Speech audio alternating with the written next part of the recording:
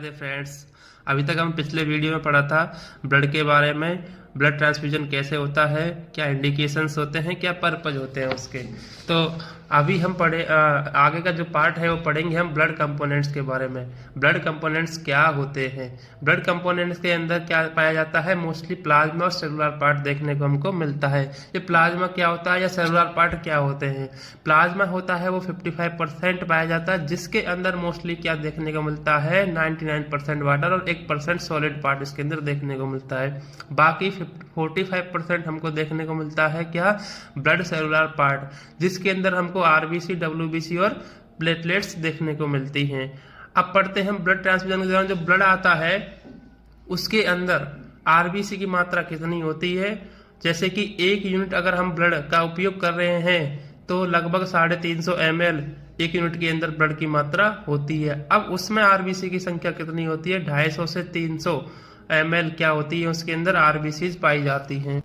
तो it means क्या हो गया कि 1 यूनिट ऑफ ब्लड के अंदर लगभग 250 से 300 ml पर यूनिट क्या पाई जाएगी, आरबीसी पाई जाएगी। और टोटल वॉल्यूम ऑफ ब्लड कितना रहता है 1 यूनिट के अंदर, 350 ml पर यूनिट हम ब्लड कह सकते हैं उसको। ठीक है, अभी जो आरबीसी जो होती है ये क्या काम करती है, देखो ये हीमोग्लोबिन, इसका नाम क्या है, रेड ब्लड सेल्स, लाल रक्त कणिकाएं क्या होती है। इसके अंदर क्या होता है कि जैसे कि हीमोग्लोबिन और ऑक्सीजन जो होता है, ठीक है, इसको कैरी करने का कार्य कौन करती है, आरबीसी करती है।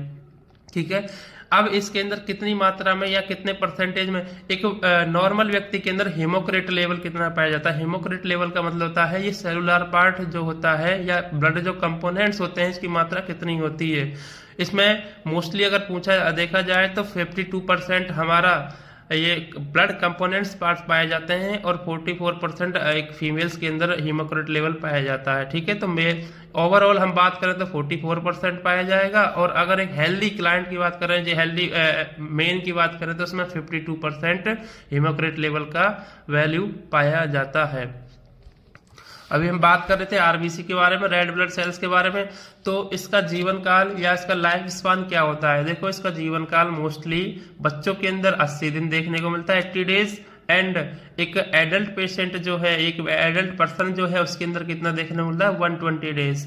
इसके बाद अगर इसमें हम बात करें कि इसका एक जब ये डेस्टर हो जाती है तो ये कहाँ चली जाती है। ठीक है, तो इसका जो ग्रेवयार्ड होता है, जो कब्रिस्तान जो होता है उसको स्प्लीन कहते हैं। ठीक है, स्प्लीन के अंदर ये डेस्टर होने के बाद चली जाती है, वहां जाकर के ये वहां जाकर के नष्ट हो जाती है। आरबीसी का जो नॉर्मल अमाउंट होता है ब्लड के अंदर वो 4 से 5 मिलियन होता है।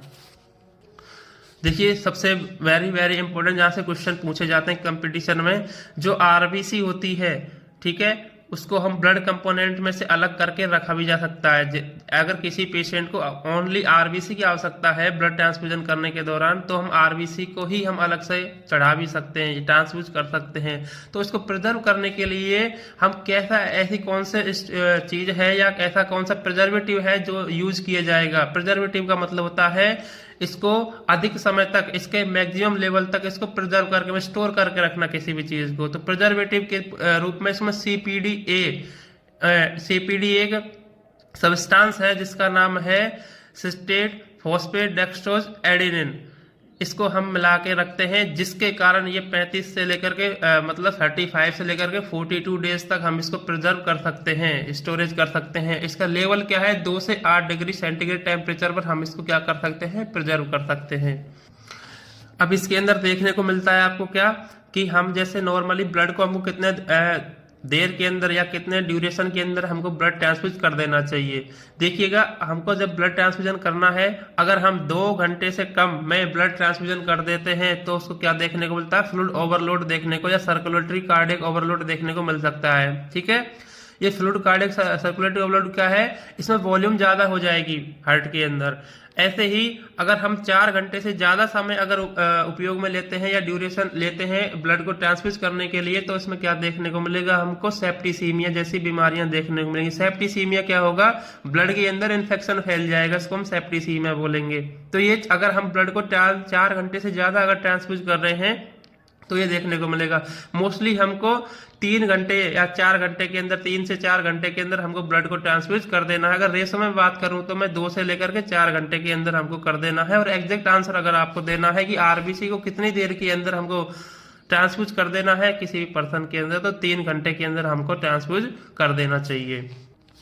आरबीसी जो होती है वो शुरुआती लगभग 15 मिनट के अंदर, शुरुआत के जो 15 जब स्टार्टिंग होती है आरबीसी के ट्रांसफ्यूजन की, तो लगभग 10 से 15 ml पर मिनट हम, या ml पर ड्रॉप हमें, या 10 से 15 ड्रॉप पर मिनट हम इसको क्या करते हैं, ट्रांसफ्यूज करते हैं।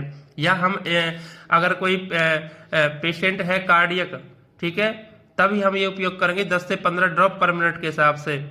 अगर नॉर्मल कोई पर्सन है जिसको कार्डियक की कोई बीमारी नहीं है, उस कंडीशन में हम 1 से 2 ml पर मिनट के हिसाब से हम इसको ट्रांसफ्यूज कर सकते हैं। उसके बाद हम इसको, इसकी जो रेट होती है, इसकी जो फ्लो रेट है, हम उसको बढ़ा देते हैं।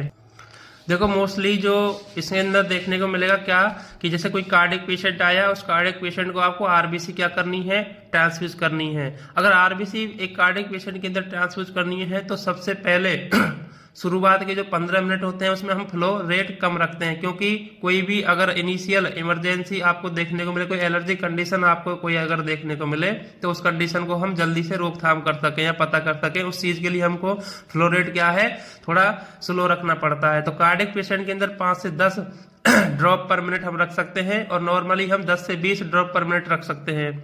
इसके बाद हम थोड़ी देर बाद 1 से 2 ml पर मिनट का हम फ्लो रेट बना उसमें ट्रांसफ्यूज करेंगे आरबीसी को। तो शुरुआत में कितना कर रहे हैं हम लोग, शुरुआत में अगर नॉर्मल पेशेंट है तो 10 से 20 ड्रॉप पर मिनट 15 मिनट के लिए हम इसको